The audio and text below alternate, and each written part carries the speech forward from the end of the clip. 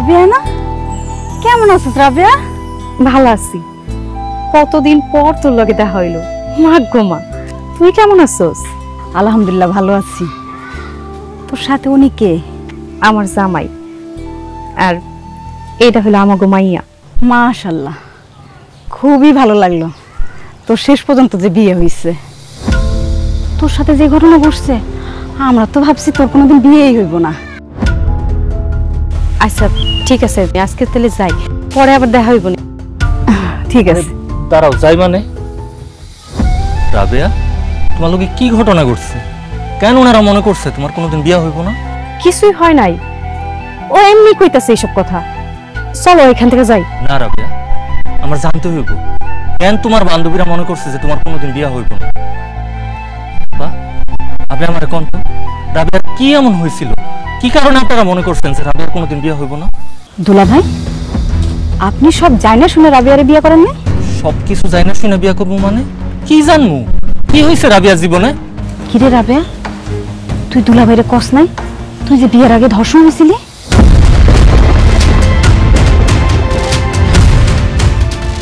রাবেয়া, উনি এসব কি কইতাছে? তুমি বিয়ের আগে ধর্ষণ হয়েছিলা? তুমি একটা ধর্ষিতা। ও মিথ্যা কথা কইতাছে। আমার লোকে বিয়ের আগে এমন কোনো ঘটনা ঘটে নাই। চলো তো আমরা যাই। রাবিয়া, জামাইয়ের সাথে মিশা কথা কোন ভালো না। তুই ধর্ষণ হওয়ার পর তো আমরা তোর হাসপাতাল নিয়ে গেছি। আল্লাহ রে আল্লাহ, তোর যে অবস্থা হয়েছিল আমরা তো সবাই ভাবছি তুই বাঁচবি না। তোর আব্বা কান্নাকাটি কইরা গ্রামের সবার কাছে টাকা চাইছে। তোর চিকিৎসা করার মতো টাকাই ছিল না তোর আব্বার কাছে। পরে আমার চাচায় তোর চিকিৎসা করার টাকা দিছে। আমার চাচাই যদি তোর চিকিৎসা করার টাকা না দিত তাহলে তো তোর বাঁচা নিয়ে যাইতো না। কি ব্যাপার, তুমি এখন চুপ করে আছো কেন? আমরা সত্যি করে কও, তুমি কি আসলে ধর্ষণ হয়েছিলা? কইলাম তো ও মিথ্যা কথা কইতাছে। তুমি ওর কথা বিশ্বাস করো না। চলো তো এখান থেকে, চলো। একদম চুপ, একদম মিথ্যা কথা কইবা না। আমি বিয়ার আগে অনেক মাইশের কাছে শুনছি, এমনকি তুঙ্গা এলাকার মাইশে কইছে তোমার লগে কি জানি একটা ঝামেলা হয়েছে, কিন্তু ওই সময় কথাগুলো আমি কানে নেই নাই। কিন্তু আজকে ওনার কথা শোনার পর আমার মনে হইতাছে যা শুনছি এতদিন এটা আসলেই সত্যি। তোমার কোন একটা ঝামেলা ছিল। সত্যি করে কও, বিয়ার আগে তুমি ধর্ষণ হও নাই? সত্যি করে কও, চুপ করে থাকবা না। তাইলে তুমি আমার মায়ের মাথায় হাত দিয়া কও যে বিয়ার আগে তুমি ধর্ষণ হও নাই, তুমি ধর্ষিতা না।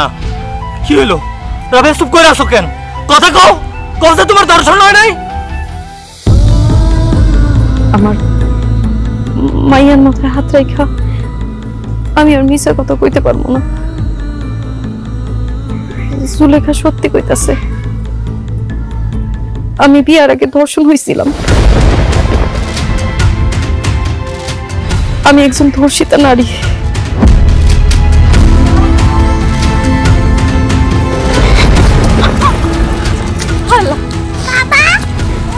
তোমার কি হলো? তোমার কথা কও না কেন? এই কথা কও। বাবা উঠো। বাবা উঠো। বাবা ও বাবা কথা বলো। বাবা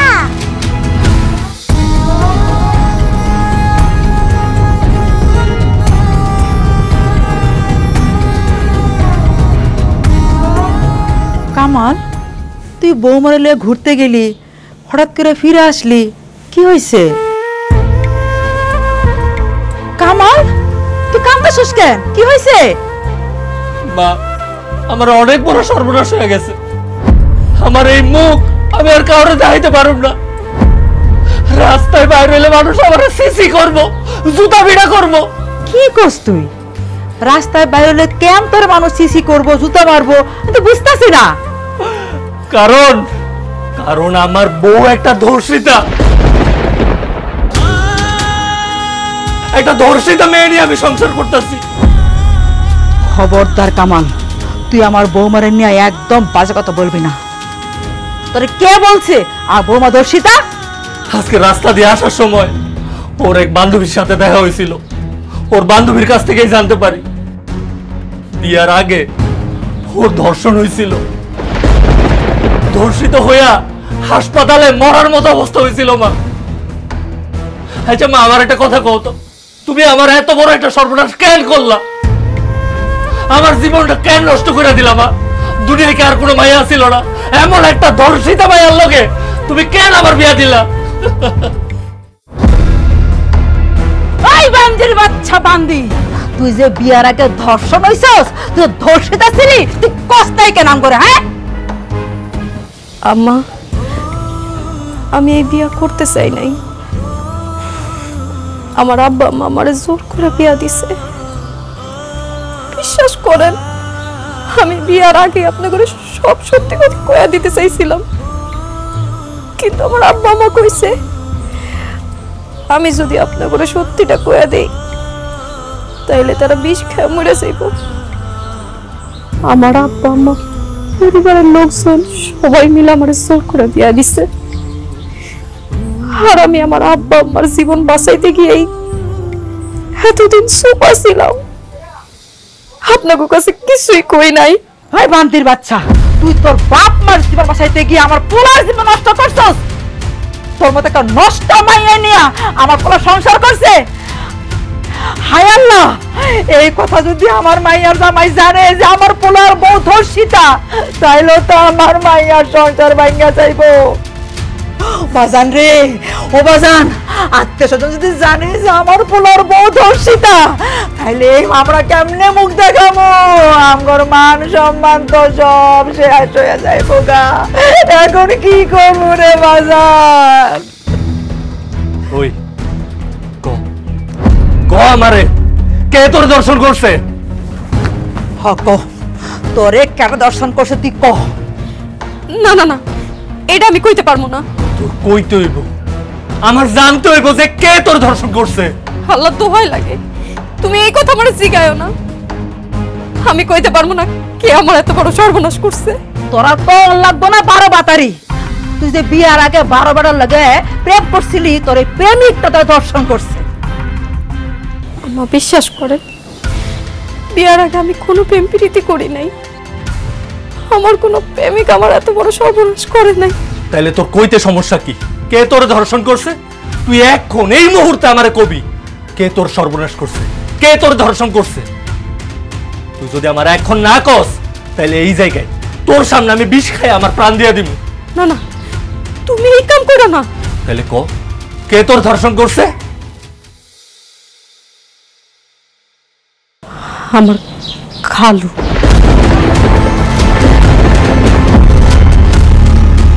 আমার আপন খালু আমার সর্বনাশ করছে। আমার খালু আমার ধর্ষণ করছে।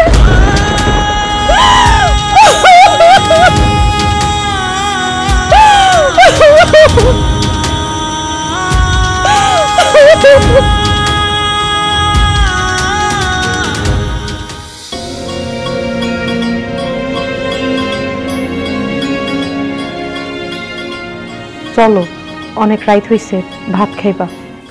খামু, আমার একটু বিষ আইনা দে, আমি বিষ খাইয়া মরে যাই। তুমি এসব কি কইতাছো? তুমি বিষ খেয়ে মরবা কেন? আরেকটা মানুষ আমার বউয়ের শরীর দেখছে, আরেকটা মানুষ আমার বউয়ের শরীর স্পর্শ করছে, এসব আমি সহ্য করতে পারতাছি না। এর থেকে মরে যাওয়া অনেক ভালো। এই নষ্টা, এই কলঙ্কিনী, তোর এই নষ্ট শরীর নিয়ে, নষ্ট জীবন নিয়ে তুই আমার বিয়া কইরা আমার এত সুন্দর জীবনটা কেন নষ্ট করলি? একটা মানুষ আমার সর্বনাশ করছে, তাতে তো আমার কোনো দোষ নাই। আমি আমার খালার বাড়িতে বেড়াইতে গেছিলাম। আমার খালা একটা কাজে পাশের বাড়িতে গেছিল, আর আমি ঘুমাইছিলাম। ওই সুযোগে মানুষটা ঘরের ভিতর ঢুইকা জোর করে আমার এত বড় সর্বনাশ করছে। আমি চিৎকার করে কান্নাকাটি করে তার পায়ে দুইটা ধরে অনুরোধ করছি, তারপরে সে আমার সারে নাই। সে আমার সর্বনাশ করছে, তাতে তো আমার কোনো দোষ নাই। তুমি কেন আমারে দোষারোপ করতেছো? হ্যাঁ, চুপ থাক, আল্লাহর দোহাই লাগে চুপ থাক। এসব আমি আর সহ্য করতে পারতাছি না। ওই তোর খালু তোর শরীরে কোন কোন জায়গায় স্পর্শ করছে? এই হাতে স্পর্শ করছে, আর কই কই স্পর্শ করছে আমার ক? ওই তোর সেই বাচ্চা কই? হ্যাঁ, বাচ্চা কই? কি কইছো? কোন বাচ্চা? কিসের বাচ্চা? তোর খালু যে তোর লগে আকাম কুকাম করছে, তোর সেই পাপের ফসল, সেই বাচ্চাটা কই? বাচ্চাটা কই আছে আমার ক? তুমি বিশ্বাস করো, আমি তো অনেক ছোট ছিলাম, আমার পেটে কোনো বাচ্চা আসে নাই। না না না, আমি তোর কথা বিশ্বাস করি না। নিশ্চয়ই তোর আরেকটা বাচ্চা আছে। আল্লাহর কসম কইটা কইতাছি, আমার পেটে কোনো বাচ্চা হয় নাই, তুমি আমারে ভুল বুঝো না। একদম ভুল বুঝতাছি না, যা ঠিক আমি সেটাই বুঝতাছি। আমার সত্যি করে কো, সেদিন তোর খালু যখন তোর লোক আগাম কুগাম করতেছিল, আর কে কাছিল, আর কার কার লোকে তুই ফষ্টি নষ্টি করছস? কোন কোন মানুষ তোর শরীর স্পর্শ করছে? আমার খালু ছাড়া কেউ আমার সর্বনাশ করে নাই, কোনো পুরুষ আমার স্পর্শ করে নাই, বিশ্বাস করো। তোর নিজের খালু যেহেতু তোর এত বড় সর্বনাশ করছে, আরো অনেক মানুষ নিশ্চয় তোর সুযোগ নিছে, আরো অনেক মানুষের লোকে তুই ফষ্টি নষ্টি করছস। সত্যি করে কো, কত মানুষের লোকে ফষ্টি নষ্টি কইরা আমার সংসার আইছস, আমার জীবনটা নষ্ট করছস। হে আল্লাহ রে, আমি এটা কারে বিয়ে করলাম? হল আমি সহ্য করতে পারতাছি না, তোর আজকে মেরে হলাম, মেরে হলাম তোরা। আব্বু আব্বু আম্মুরে সাইনা দাও, আব্বু মরে যাব, ব্যথা পাবো। আব্বু আম্মুরে সাইনা। এই সর, তুই আমার আব্বু ডাকবি না, তুই আমার ভাইয়া না। তুমি এসব কি কইতাছো? ও তোমার মাইয়া না, মানে ও কান মাইয়া। যাগুলোকে ফষ্টি নষ্টি করছস, যারা তোর লগে আকাম কুকাম করছে, এটা নিশ্চয়ই তাগো মাইয়া। এটা একটা জারুর সন্তান। সত্যি করে ক, এই মায়ার বাপকে আমার সত্যি করে ক। ভালো ভয় লাগে, তুমি এই কথা কইও না। ও তোমার আর আমারই মাইয়া, তুমি এই কথা ভুলেও কও না। পালসার, তোর এই নোংরা হাত দিয়া তুই আমার স্পর্শ করবি না। তোরে হাত দিয়া তুই আবার স্পর্শ করছস, সেটা ভাবতে আবার ঘৃণা লাগতাছে। তোরা মামাইয়া দুইটা আমার রুমের থেকে বাইরে যা। তোরা যদি আর বেশিক্ষণ এখানে থাকস না, তোরা মামাইয়া দুইটার আমি খুন করুম। বাইরো বাইরো বাইরো কইতাছি।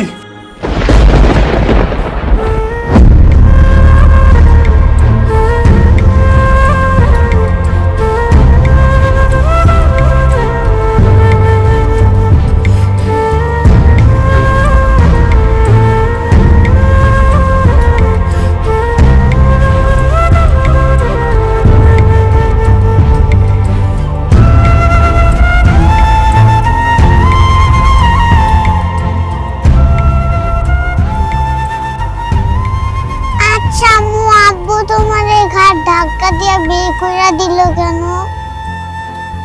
আব্বাই আমার উপর রাগ হয়ে আছে তো, সেই জন্য। আব্বার রাগ কমলে আবার আম করে ঘরে নিয়ে যাইব। আব্বা তোমার উপরে রাগ হইছে কে? আম্মায় আব্বার কথা শুনি নাই, এই জন্য। আচ্ছা আম্মু, আব্বাই যে বলে আমি তার মেয়ে না, তাহলে কে আমার আব্বা? আব্বাই তো এইসব রাগ কইরা কইছে তুমি তার মাইয়া। আচ্ছা মা, দর্শন কি? মা, এগুলি কথা তুমি জীবনও জানতে চাইবা না, এই কথা বলে মুখে নিয়ে আসবা না। আচ্ছা তুমি ঘুমো।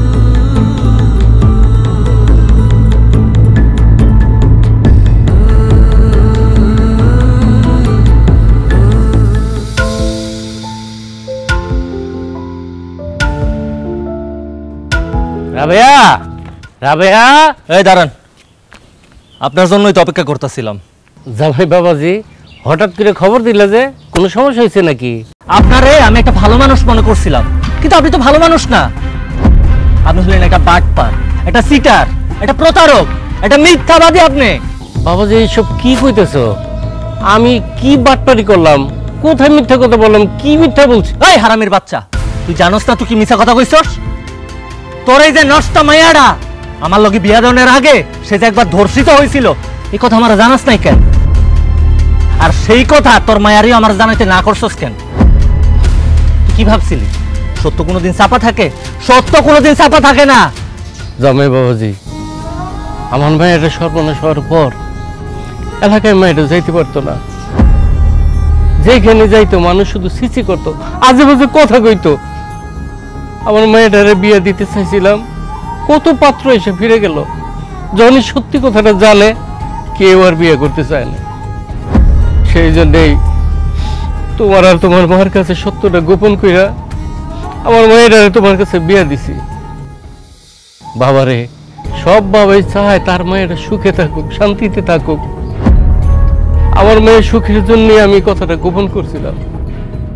আমার যদি ভুল হয়ে থাকে বাবাজি, আমার মাফ করে দাও বাবা। ঠিক আছে, আমি তোর মাফ করে দিব, কিন্তু তার আগে তোর এই নষ্ট মায়ারে বিয়ে কইরা আমার যে মান সম্মান নষ্ট হয়েছে, সেই মান সম্মান তুই ফিরাইয়া দে। তোর এই কলঙ্কিত মায়ারে বিয়ে কইরা আমার পরিবারের গায়ে যে কলঙ্কের দাগ লেপন হয়েছে, সেই দাগ তুই উড়াইয়া দে। পারবি উড়াইয়া দিতে? তোর এই নষ্ট কলঙ্কিত ধর্ষিতা মায়ারে বিয়ে কইরা আমার জীবন থেকে 8টা বছর চলে গেছে, 8টা বছর আমার শেষ হয়ে গেছে। আমার সেই 8 বছর তুই ফিরাইয়া দে। এই জানোয়ারের বাচ্চা, তোর এই মায়ারে বিয়া কইরা এলাকার মধ্যে যে আমার মান সম্মান আছিল, আমার আগের অবস্থা না ছিল, সবই তো নষ্ট হয়ে গেছে। দে, আমার আগের অবস্থা নাই না, দে দে তুই। এত কথা কইতাছস কেন? এই বাটপার মিথ্যাবাদী যে তার ধর্ষিতা নষ্টা মাইয়ারে তোর লগে মিথ্যা কথা বলে বিয়া দিয়া তোর জীবনটারে নষ্ট করছে, আমাদের পরিবারের মান সম্মান সব নষ্ট করছে। তুই সরাসরি থানায় যা, থানায় গিয়া এই মিথ্যাবাদী বাটপারের নামে আর ধর্ষিতা মাইয়ার নামে মানহানির মামলা কর, যা। তুমি একদম ঠিক কথা কইছো। আমি এক্ষুনি থানায় যাবো, এক্ষুনি থানায় যাইয়া এই বাপ বেটি দুজনের নামে মামলা করুম। না না বাবাজি, এই কাজটা তুমি করো না, আল্লাহর দোহাই লাগে। তুমি থানায় যেন মামলা করো না। আমার মায়ের নামে যে বদনামটা হয়েছিল ওইটা মানুষ ভুলে গেছে। এখন যদি আবার মামলা করো তাহলে এলাকার মানুষ, জেলার মানুষ, উপজেলার মানুষ সবাই জানবো আমার মায়ের মান সম্মান সব ধুলিস্যাৎ হয়ে যাবে। তুমি এই কামটা করো না বাবা, আমি তোমার কাছে আবারও মাফ চাই বাবা, মাফ করে দাও বাবা। তোর এই ধর্ষিতা নষ্ট মায়াটারে বিয়া কইরা আমার জীবনটা শেষ হয়ে গেছে, আমার সব মান সম্মান নষ্ট হয়ে গেছে। যে মায়াটারে আমি আমার বউ বইলা মানতাম, এত ভালোবাসছিলাম, সেই মায়াটারে আরেকটা পুরুষ স্পর্শ করতো, আরেকটা পুরুষ তার শরীর দেখছে, এটা আমি কিছুতেই মানতে পারতাছি না। আমার মন চাইতেছে লজ্জায় আমি মইরা যাই। মরুম তো আমি অবশ্যই, কিন্তু আমি মরার আগে তোরে মারুম, তোর মর তুই, তোরে মারুম। মিথ্যা কথা কথা কইছিস নাই, ওই আমার জানাস নাই, তোর আমি মারে ফেলাবো। আমার আব্বারে সাইরা দাও, আমার আব্বারে মাইরো না, আমার আব্বারে সাইরা দাও, আমার শাস্তি দাও, যা দোষ করার আমি করছি। আমার আব্বারে সাইরা দাও, আমার আব্বার কোনো দোষ নাই। বল স্যার।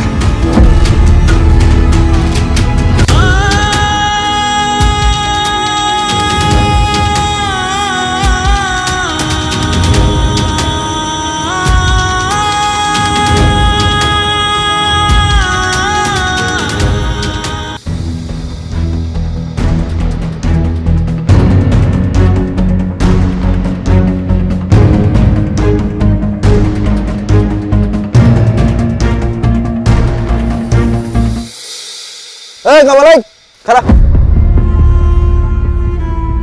এই গ্রামের মানুষের কাছে গেলে কি শুনতাছি? তোরা কি শুনছস সেটা আমি কেমনে কমু? না মানে শুনতাছি তোর বউ নাকি বিয়ার আগে ধর্ষণ হয়েছিল। দেখ, এইসব নিয়ে আমি তোগুলোকে কোনো কথা কইতে চাই না। আল্লাহর দোহাই লাগে, তোকে দুটো পায়ে পড়ে আমার এসব কথা জিজ্ঞাইস না। ঠিক আছে, তুই যেহেতু এসব কথা কইতে চাস না, বাদ দিলাম। তবে কামাল, তুই কিন্তু চাইলে ভালো একটা ব্যবসা করতে পারো। ব্যবসা? কি ব্যবসা? তোর বউ দিয়ে ব্যবসা। মানে? আরে মানে বুঝছিস না, তোর বউ তো এমনিতেই নষ্টা, তারপর তুই বেকার, কোনো কাজকর্ম করস না, বউরে দিয়ে তুই ব্যবসা শুরু করে দে। আরে বউ দিয়ে যদি ব্যবসা শুরু করস বেটা, প্রতি রাইতে তুই 2-3 হাজার টাকা করে পাবি। আজকে রাইতে আমার কাছে পাঠায় দিস, 2,000 টাকা দিমু। আর পরের দিন রাইতে আমার কাছে পাঠাই দিস, 3,000 টাকা দিমু। কুত্তার বাচ্চা, মুখ সামনে কথা কইস। আমার বউরে নিয়ে যদি আরেকটা খারাপ কথা কইছিস না, তাহলে দুইটার এই জায়গায় খুন করে ফেলাম। করস তো নষ্ট মায়ের লগে সংসার, আর আমরা কইলে দোষ। আরে বেটা, তোর বউ বিয়ার আগে ধর্ষণ হইছে, আর এরপর যে কত পুরুষের লগে শুইছে তার কোনো হিসাব নাই। আর যে মাইয়াগো বিয়ার আগে লজ্জা ভাঙা যায়, এই মাইয়াগো পুরুষের লগে শোয়া বসা এটা কোনো ব্যাপারই না। খোঁজ খবর নিয়ে দেখ, তোর বউ তোর চোখ ফাঁকি দিয়া ওই রাইতের ব্যবসায় করে।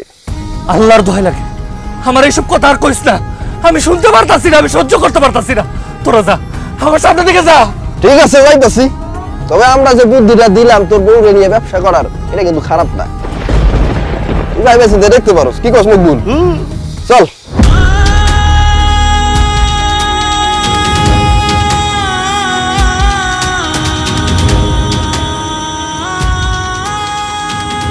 ওই হারামজাদির যদি আমি আমার বাড়িতে রাখি, তাহলে গ্রামের মানুষটা এখনই আমার সিসি করতেছে। আমার গ্রামের মানুষের কথা শুনতেই থাকতে হইব। না না, এটা আমি হইতে দেব না। ওরে আমি আজকে আমার বাড়ি থেকে বাইর করে দেব।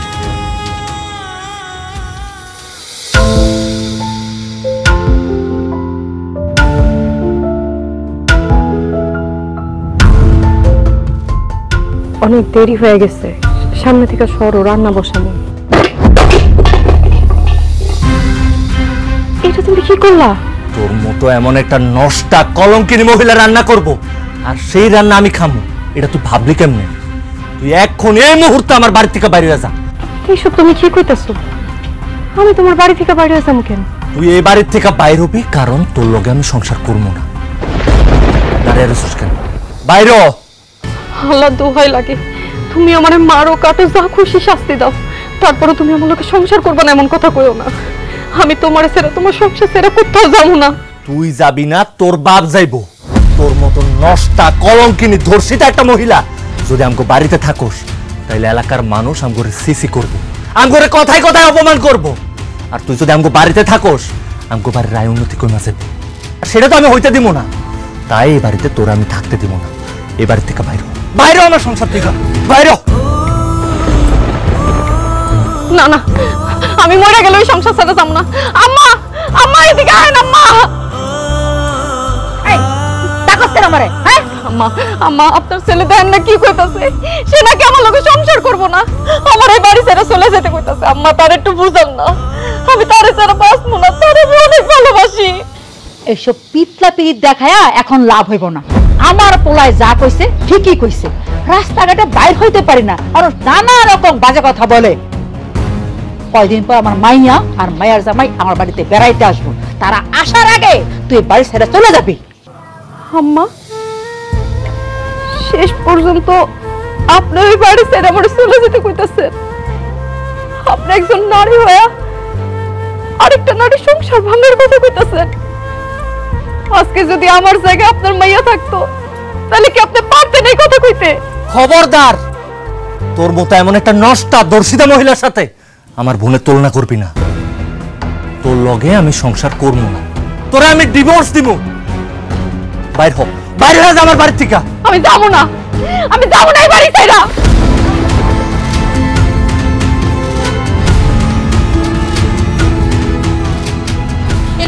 এই দাদি আমরা কাইতে কাইতে টুকরো করে ফেলো, আমার গলা চেপে মেরে ফেলো, তো আমার এই বাড়ি ছেড়ে যাইতে করো না, তোমার ছেড়ে যাইতে করো না। কি কইলি হারামজাদি? আমার সংসারের থেকে, আমার বাড়ি থেকে তুই যাবি না? তোর যেহেতু মরার এত শখ হয়েছে, আজকা তোর আমি মাইরে খাবো।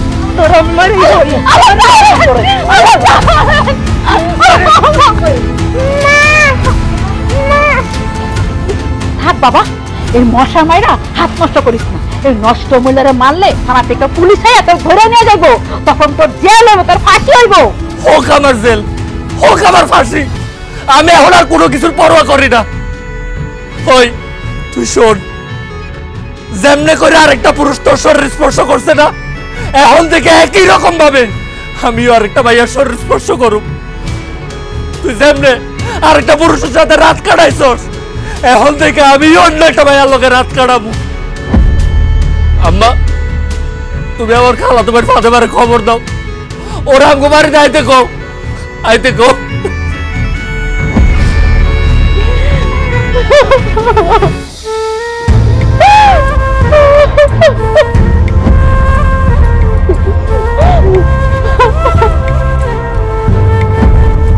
আরে বুঝছি, কিন্তু এটা কেমনে সম্ভব? কামাল আমার চাইতে 2 বছরের ছোট, আমি ওরা কেমনে বিয়ে করি? আমি জানি কামাল তোর থেকে 2 বছরের ছোট, এটা আমারও কোনো আপত্তি নাই, কামালেরও কোনো আপত্তি নাই। মারে আমার পোলারা ঠিক মতো করে দেওয়া রায় না, খাওয়া দাওয়া করে না, ওই ডাইনির হাত থেকে আমার পোলারে বাঁচা, তুই কামালটা বিয়ে কর। মা, আমা এইসব আপনি কি কইতেছেন? আমি কামালের বউ থাকতে সে আরেকটা বিয়ে কেন করব? আমি আরেকটা বিয়া কেন করবো এটা তুই বুঝতেছস না? কারণ আমি তোর লগে সংসার করবো না। তোরা তো এবারে রান্না বান্না কোনো কিছুই করতে দেই না, ঘরের কাজ কামও করতে দেই না। আমার মার বয়স হয়েছে, আমার মার সেবা করণের লেগা, আমার সেবা করণের লেগা আমি আরেকটা বিয়া করব। আর তুই যে আমার বউ, তোর পরিচয় আমি চিরতর মুছে ফালাইতে চাই। তাই আমি আমার খালাতো বোনকে বিয়া কইরা আমার বউয়ের স্বীকৃতি দিব। তুমি এসব কি কইতাছো? আমি তোমার অনেক ভালোবাসি, তুমি আমার রাইখা আরেকটা মাইয়ারে বিয়ে করলে আমি সহ্য করতে পারবো না। আমি কি তোরে কম ভালোবাসছিলাম? কিন্তু আমি যখন জানতে পারছি বিয়ার আগে তুই ধর্ষণ হয়েছিলি, সেদিন আমি কেমনে সহ্য করছি, আমার কষ্ট হয় নাই? আর তোর মতো একটা নষ্টা মায়ের লগে যদি আমি সংসার করি, এই সমাজের লোকজন আমার সিসি করব, সমাজের থেকে বাইর করে দেব। তাই আমার যা সিদ্ধান্ত নেওয়ার আমি নিয়ে আনিছি, আমি আমার খালাতো বোনরে বিয়া করব। তুমি ওনারে কেন বিয়া করবা? উনি তো তোমার বয়সেও বড়। তাছাড়া ওনার তো বিয়া হয়েছিল, ওনার জামাই মারা গেছে। আমি নিলে ধর্ষিতা, তাই আমার লগে সংসার করতে তোমার এত সমস্যা। এখন তুমি একটা বিবাহিত মাইয়ারে কেমনে বিয়া করতে চাইতেছো? এখন তোমার সমস্যা হইতেছে না? আমার সমস্যা হইতেছে না। আমি মানলাম আমার খালাতো বোন আমার থেকে 2 বছরের বড়, তার স্বামী মারা গেছে, কিন্তু সে তো তোর মতো ধর্ষিতা না, সে তো তোর মতো নষ্টা না। তাই আমি যার সিদ্ধান্ত নিছি সেটাই হইব, আমি আমার খালাতো বোনরে বিয়া করব। ফাতেমা, তুমি আমার বিয়া করবা না? আমার স্বামী মারা গেছে 2 বছর। একা একা থাকতে আমার অনেক কষ্ট হয়। আমার একটা সংসার দরকার, একটা স্বামী দরকার। আমি তোরে বিয়া করতে পারি, তবে একটা শর্তে। শর্ত? কি শর্ত? আমার স্বামী যখন মারা গেছে সে অনেক টাকা পয়সা স্বর্ণ গয়না রেখে গেছে। এত টাকা পয়সা স্বর্ণ গয়না নিয়ে আমি তোরে বিয়া করবো?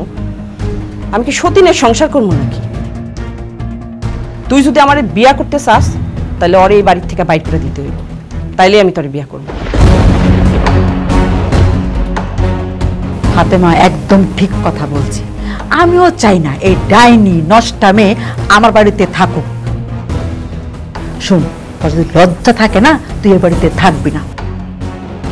ফাতেমা কামালদের বিয়া কইরা সুখে শান্তিতে সংসার করব। তুই কালকে তোর বাপের খবর দিয়া তার লগে চলে যাবি। যদি না যাস না, তোর ঝাড়ু আর জুতা দিয়া পিটাইয়া এবার থেকে বের করে দিব।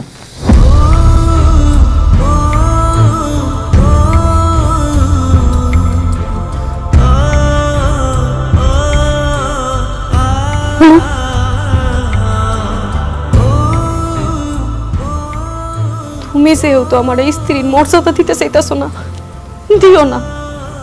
আমার পরিচয় মুইসা ফেলতে চাইতেছো, মুইসা ফেলো। আরেকটা মেয়ের বিয়া করতে চাইতেছো, বিয়া করে ফেলো। খালি আমার এই বাড়ি থেকে বাইর করে দিও না। আমারে আমার মাইয়াটারে নিয়া এই বাড়ির একটা কোণায় থাকতে দাও। ফাতেমা যেহেতু চায় না তুই এই বাড়িতে এই সংসারে থাক, আমার এই সংসারে তোর কোনো জায়গা নাই, কথাটা মনে রাখিস।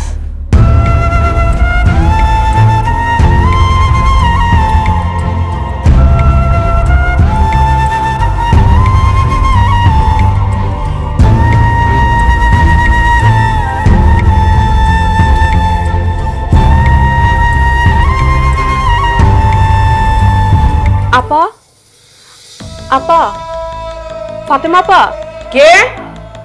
একটু বাইরে আহেন।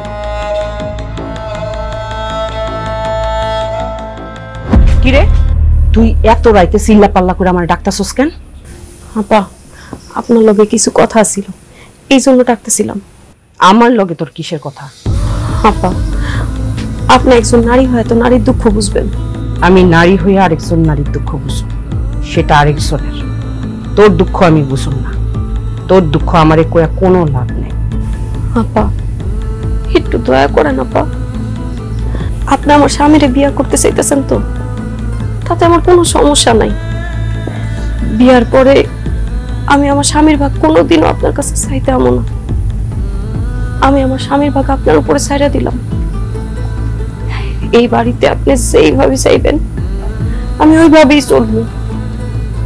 এই বাড়ির সব কাজকর্ম, রান্না বান্না সবকিছু আমি করব। এমনকি আমি যে কামালের বউ, এটাও আমি কোনোদিন কাউকে পরিচয় দিব না। আপনি খালি আমারে এই বাড়িতে একটু আশ্রয় দেন আপা। আমার মাইয়াটার উপরে একটু রহম করেন। কবুল বইলা কামাল রে বিয়া করছিল, সারা জীবন এই বাড়িতে থাকবো বইলা।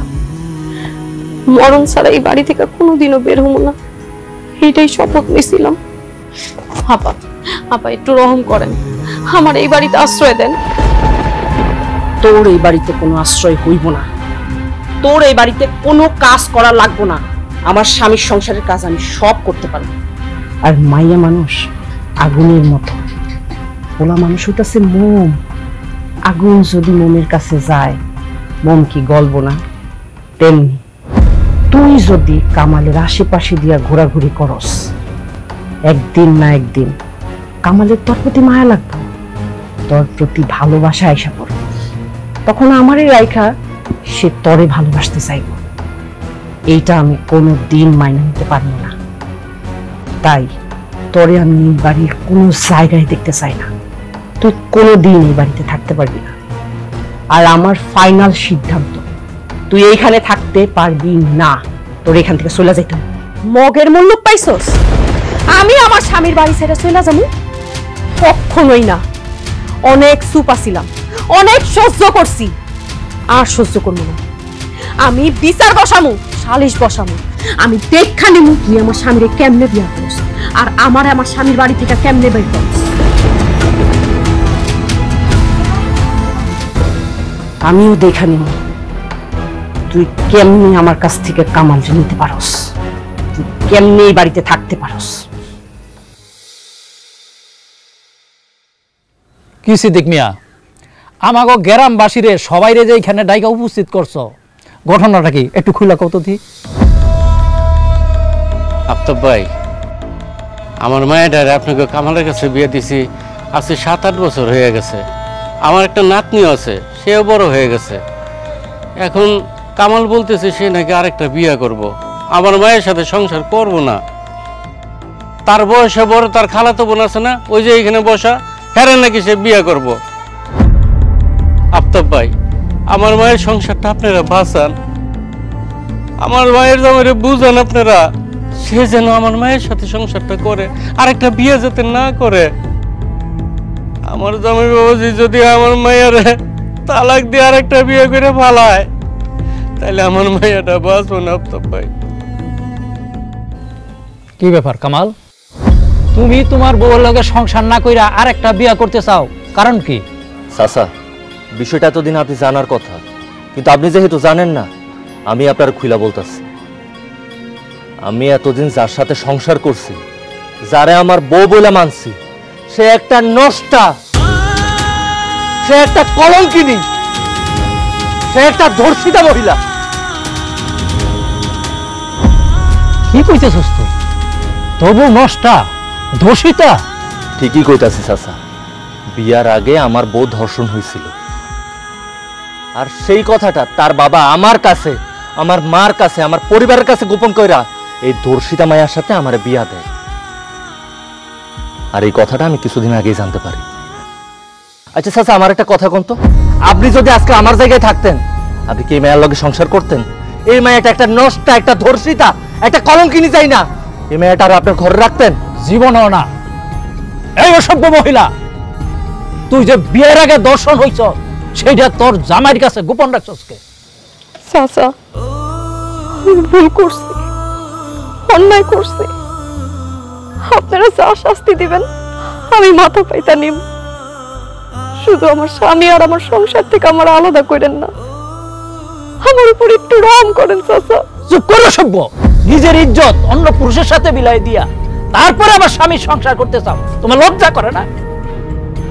কামাল যে সিদ্ধান্ত নিছে, সেই সিদ্ধান্তর সাথে আমরা সবাই একমত। তুই এই মুহূর্তে তোর বাপের সাথে এই কামালের সংসার চাইরা তারপরে চলে যাবি। ভাই আপনাকে পায়ে পড়ি, পায়ে ধরে আপনারা আমার ভাই সর্বনাশ করেন না, আমার মায়ের সংসারটা ভাঙ্গা দিয়েন না। মায়ের কোনো দোষ নাই, সব দোষ আমার, আমার দোষ সব। আমি আমার মায়ের মানা করছিলাম যাতে তার সর্বনাশের কথা তার স্বামী আর শাশুড়িরে না কয়।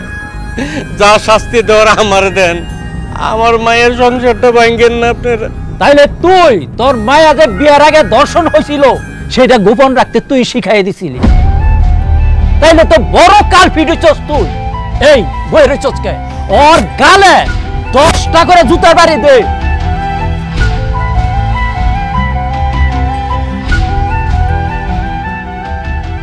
আল্লাহ দোয়াই লাগে, আমার আব্বারে মাইরেন না, আমার আব্বারে মাইরেন না। তাইলে ক, এই মুহূর্তে এখন তুই কামালের সংসার চাইরা তোর বাপের সাথে চলে যাবি?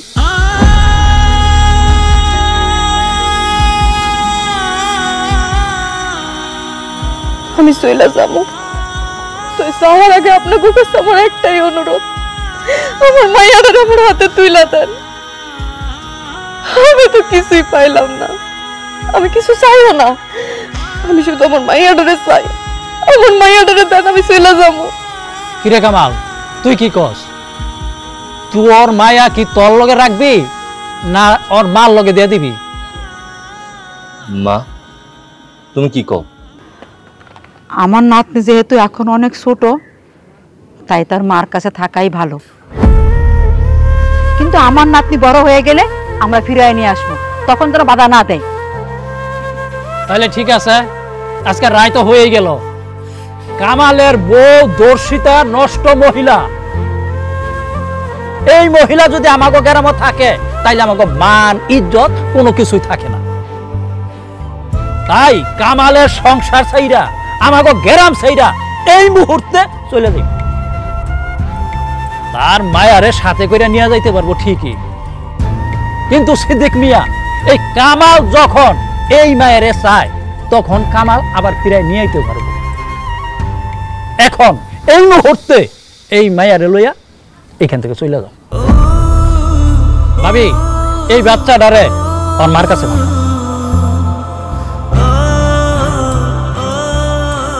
যাও এই বাচ্চারে কোলে নিয়া তারপর আমগো গ্রাম ছাইরা কামালের সংসার ছাইরা এই মুহূর্তে এখান থেকে চলে যাও।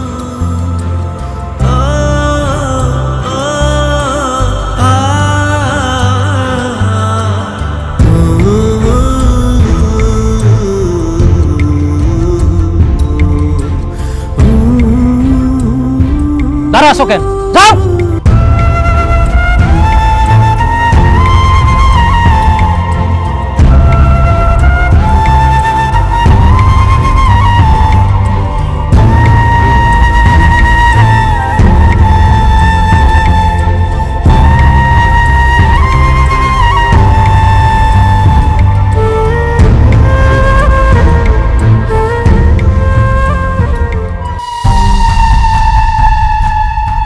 ফাতেমা, বিচারের রায়ে তুমি খুশি হয়েছো না?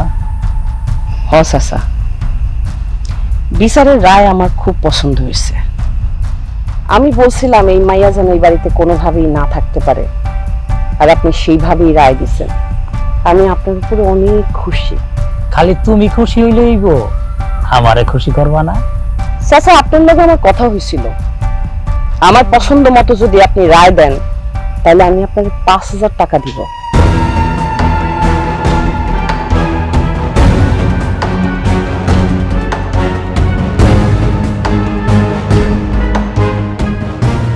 এবং আপনার ৫,০০০ টাকা।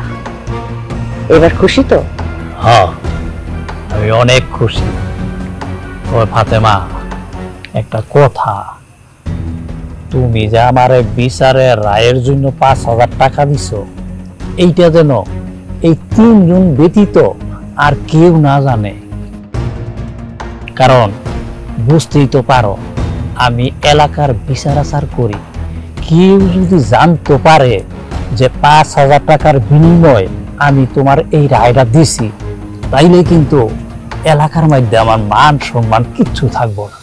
আপনার মান সম্মান মানে আমাগো মান সম্মান, আর সেইটা কি আমি নষ্ট হইতে দিতে পারি? আপনি নিশ্চিন্তে বাড়িতে যা ঘুমান, কেউ কিছু জানতে পারবো না। ঠিক আছে, তবে আমি যাই। ভাবি যাই। আচ্ছা ভাই। খালা, হ্যাঁ বল। যত তাড়াতাড়ি সম্ভব তুমি আমার কামালের লগে বিয়া দেওয়ার ব্যবস্থা করো, আমি আর দেরি করতে চাই না। আচ্ছা, আমার লাগে তোর তাড়াতাড়ি বিয়াটা দিব, চিন্তা করিস না, আমি আছি না। চল ঘরে চল।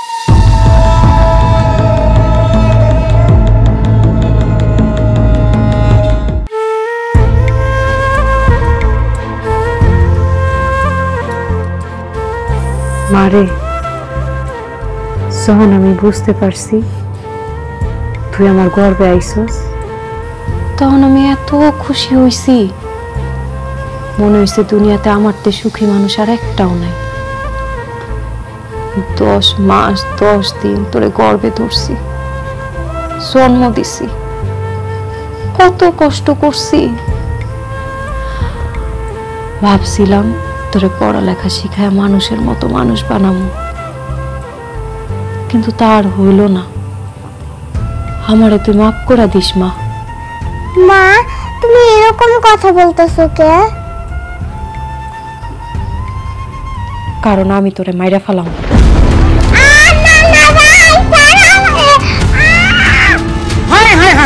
ওই আমার নাতিনটা আমি গলা চেপে ধরছিস কেন তুই? হ্যাঁ আব্বা তুমি এদিকে যাও, আমার মাইয়ার আমার কাছে দাও, আমি ওরে খুন করবো। কি কইতেছিস এইসব? তোর কি মাথা খারাপ হয়ে গেছে? মা হয়ে নিজের মেয়েরে খুন করবি কে লিগা? কারণ আব্বা আমি চিন্তা করছি এত অপমান, এত অবহেলা, এত কলঙ্ক আঘাত নিয়ে আমি পয়সা থাকতে পারবো না। আমি মরে যাবো, আর আমি মরে গেলাম আমার মায়েরা কি হইব? ওরা তো দেওয়ার মতো কেউ থাকবো না। সমাজের মানুষ ওরা আশেপাশে কথা কইব, কইব তোর মা একটা কলঙ্কিনী। কিংবা আমি মরে যাওয়ার পর আমার যেমন সর্বনাশ হয়েছে, আমার মাইয়াটারও যদি কেউ এমন সর্বনাশ করে না, এই জন্য আমি আমার মাইয়াটার মায়েরা ফেলবো, তারপর আমি নিজে মরে যাবো। দাও আমার মাইয়া দাও। এমন পাগলামি করিস না রে মা, তুই স্যার আমার কেটা আছে ক? যা হবার হয়ে গেছে, ভুলে যা। মনে কর তোর কপালে আছিল, এটা তোর ভাগ্যে ছিল। এত কষ্ট করে যার এই দুনিয়ার মুখটা দেখাইলি, তারে তুই নিজ হাতে খুন করে ফেলাবি? এত বড় পাপের ভাগিদার তুই হইস না রে মা। তাহলে আমি কি করবো আব্বা? আমি মরে গেলে আমার মাইয়ার কি হইব? কার ভরসা আমি এই দুনিয়া তোরে রাইখা যাবো কো আব্বা? তুই কেন মরবি? কেন মরবি তুই? যার কারণে তুই স্বামীর সংসার হারাইছস, যার কারণে কলঙ্কিত হয়েছস, বদনামী হয়েছস, তার নামে আমি মামলা করবো, তার আমি জেলের ভাত খাওয়াবো। তোর সর্বনাশ হওয়ার পর আমি মান সম্মানের দিকে তাকাইয়া তার আমি কিছু কই নাই, কিন্তু এখন ওর আমি জেলের ভাত খাওয়াই থাকবো।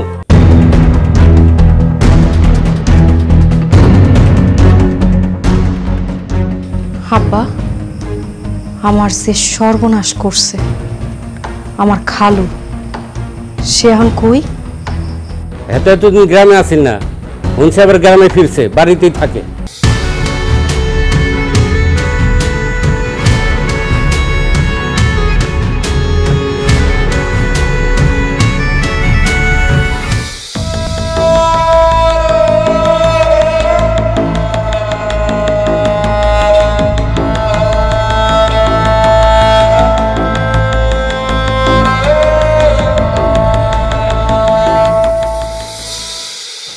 রাবেয়া তুই? চুপ কর জানোয়ারের বাচ্চা! তোর ওই নোংরা মুখে আমার নাম নিবি না। তোর কারণে আমার জীবনটা নষ্ট হয়ে গেছে, তোর কারণে আমি কলঙ্কিনী। তুই আমার ইজ্জত নষ্ট করে ফেলাইছস। তোর কারণে আমি আমার স্বামীর সংসার ছাড়া হইছি। আমার ছোট্ট একটা মাইয়ার সামনে দুনিয়ার সবাই আমারে খারাপ খারাপ কথা কয়। তোরে তো আমি আমার বাপের মতো জানতাম। তোকে বাড়িতে বেড়াইতে গেছিল, কেন আমার জীবনটা নষ্ট করে ফেলাইলি? তুই কেন আমার এত বড় সর্বনাশ করলি? মারে, আমার ভুল হয়ে গেছে। তখন আমার মাথা ঠিক ছিল না। নেশার ঘরে এই ভুলটা আমি করে ফেলেছি। তোর আমি সর্বনাশ করে ফেলেছি মা। আমি এখন নেশা করি না মা, ভালো হয়ে গেছি। তুই আমার মাফ করে দে। তোরে যদি আজকে আমি মাফ করে দিই না, এইটা হইব তাইলে আমার পাপ।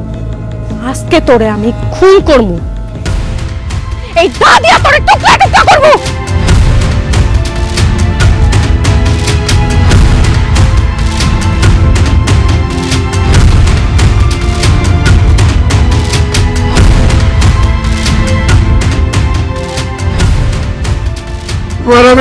তুই মাফ করে দে মা, তুই মাফ করে দে। তোর কোনো মাপ নাই জানোয়ারের বাচ্চা।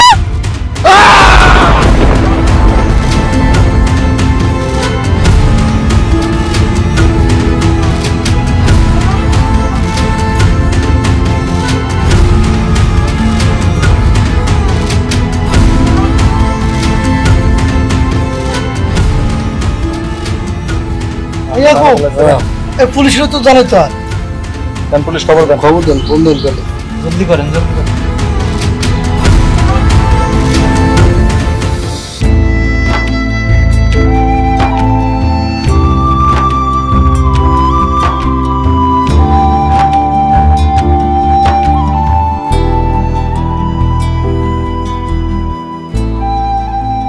কামাল, কামাল, হ্যাঁ কি ভাবতেছো? কিছু না। আমি জানি তুমি কি ভাবতেছো। তুমি রাবেয়ার কথা ভাবতেছো না? তুমি চিন্তা করো না, আমাদের বিয়েটা একবার হতে দাও। আমি তোমাকে এত ভালোবাসা দিব, তুমি রাবেয়ার নাম চিহ্ন সব ভুলে যাবে।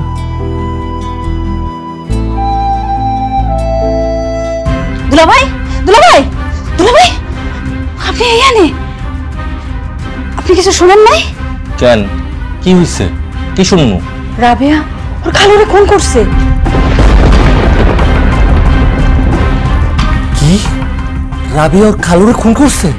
হ্যাঁ দুলাভাই, যে খালু ওর সর্বনাশ করছে ওই খালুরে খুন করে ফেলাইছে। পরক্ষণ তাতে আমাকে কি? ওই নষ্টা মহিলা আমারে আর আমার পোলার ধোকা দিয়ে বিয়া করছে।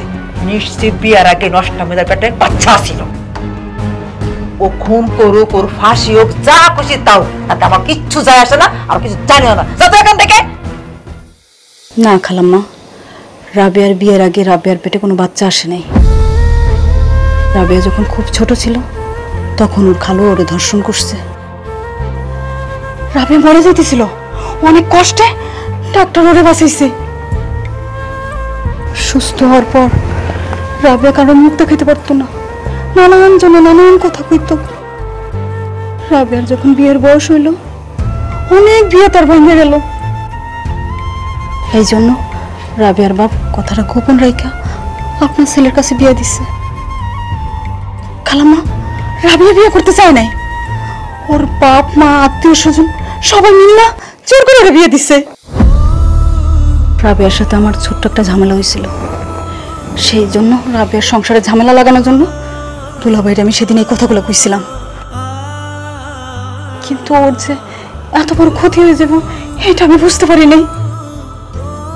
রাবিয়ার সংসারটা ভাঙে দিয়া রাবিয়ার জীবনটা নষ্ট করে দিলাম। আল্লাহ আমাকে কোনোদিন ক্ষমা করবো কিনা আমি জানি না। দুলাভাই, আপনার আল্লাহ দয়া লাগে, আপনি একটাবার রাবিয়ার সামনে যান। রাবিয়া পুলিশে ধরে নিয়ে যেতেছে। মা, আমি রাবিয়ার লোকে অনেক বড় অন্যায় করছি। রাবিয়া আমার অনেক বোঝানোর চেষ্টা করছে, আমি ওর কোনো কথা বিশ্বাস করি না। আমি রাবিয়ার কাছে যাবো মা, আমি রাবিয়ার কাছে যাবো।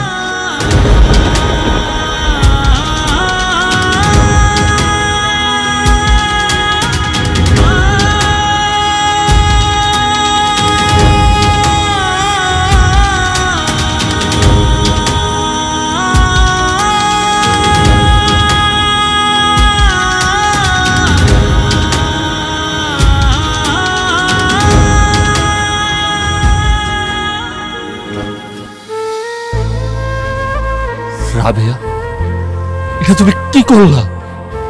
একজন ধর্ষণকারী যে শাস্তি পাওয়া উচিত আমি সেই শাস্তি দিছি। একজন ধর্ষণকারীর শাস্তি হওয়া উচিত মৃত্যুদণ্ড। আমি ওই জানোয়ারের বাচ্চারে কোপায়া মাইরা ফালাইছি। কিন্তু তুমি তার পুলিশের হাতে তুলে দিলে না কেন? আইন তুমি নিজের হাতে তুলে নিছো কেন? তোমার জন্য, এই সমাজের জন্য, এই সমাজের মানুষগুলোর জন্য। মানে?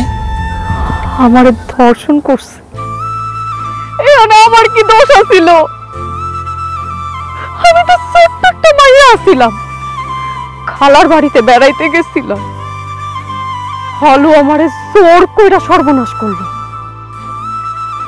অথচ এই কথা এই সমাজ, এই সমাজের মানুষগুলা, এমনকি তুমি আমার স্বামী হওয়া বুঝো নাই। যে আমার সর্বনাশ করছে তারে তোমরা কিছুই কইলা না, সব দোষ দিলা আমার।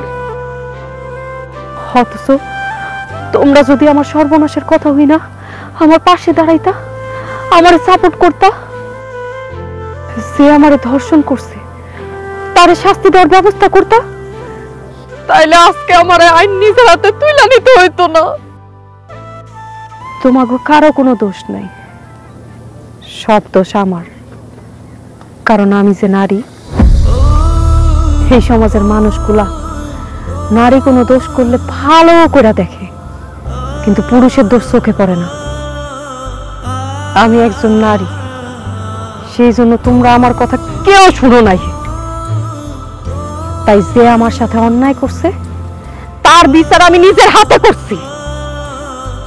বিশ্বাস করো, এখন যদি আমার ফাঁসি হয়ে যায় না, তাতে আমার কোনো আফসোস নাই। কারণ একজন ধর্ষণকারীরা তার প্রাপ্ত শাস্তি আমি নিজের হাতে দিতে পারছি। তার এই শাস্তি দেখা আর কেউ এই ধরনের নোংরা কাজ করার সাহস পাইব না। আমারও একটা মাইয়া আছে, আমার মাইয়ার দিকে কেউ চোখ তুইলা তাকাইতে পারবো না। আমার একজনের জীবন দেয়া যদি সব নারীকে জীবন রক্ষা হয়, সম্মান রক্ষা হয়, তাইলে আমি খুশি। রাবেয়া, আমি তোমার লোক অনেক অন্যায় করছি। আমি একবারও বোঝার চেষ্টা করি নাই যে দোষটা তোমার না। তোমার স্বামী হিসাবে, এই সমাজের একজন সচেতন মানুষ হিসেবে আমার উচিত আছিল তোমার পাশে দাঁড়ানো, কিন্তু আমি তোমার পাশে দাঁড়াই নাই। ওটা সবসময় তোমার দোষারোপ করছি, তোমার অপবাদ দিচ্ছি। তুমি আমার মাফ করে দাও, হাত জোর করে মাফ চাইতাছি, আবার তুমি মাফ করে দাও। আজকে তোমার যে পরিণতি, এটার জন্য দায়ী শুধুমাত্র আমি, শুধু আমি। আমার মাফ করে দাও রাবেয়া, মাফ করে দাও। না, তোমরা কেউ দায়ী না। আমার লগে যা হইছে তা আমার কপালে ছিল, আমার ভাগ্যে ছিল। তোমাকে কারো উপর আমার রাগ অভিমান কিছুই নাই। আমি চইলা যাইতাছি। আম্মা, আব্বা, কামাল, তোমরা সবাই মিলা আমার এই ছোট্ট মাইয়াটার খেয়াল রাখো। আমার লগে যা হইছে আমার মাইয়াটার লগে যাতে কোনো দিন তা না হয়। আজকে আমি তোমার ঘরে ক্ষমা করে দিয়া গেলাম, কিন্তু মনে রাখো, আমার মাইয়ার যদি কোনো ক্ষতি হয় সেই দিন আর আমি তোমার ঘরে ক্ষমা করবো না। সেই দিন তোমার অবস্থা হইবা আমার ওই জানোয়ার খালুর মতো।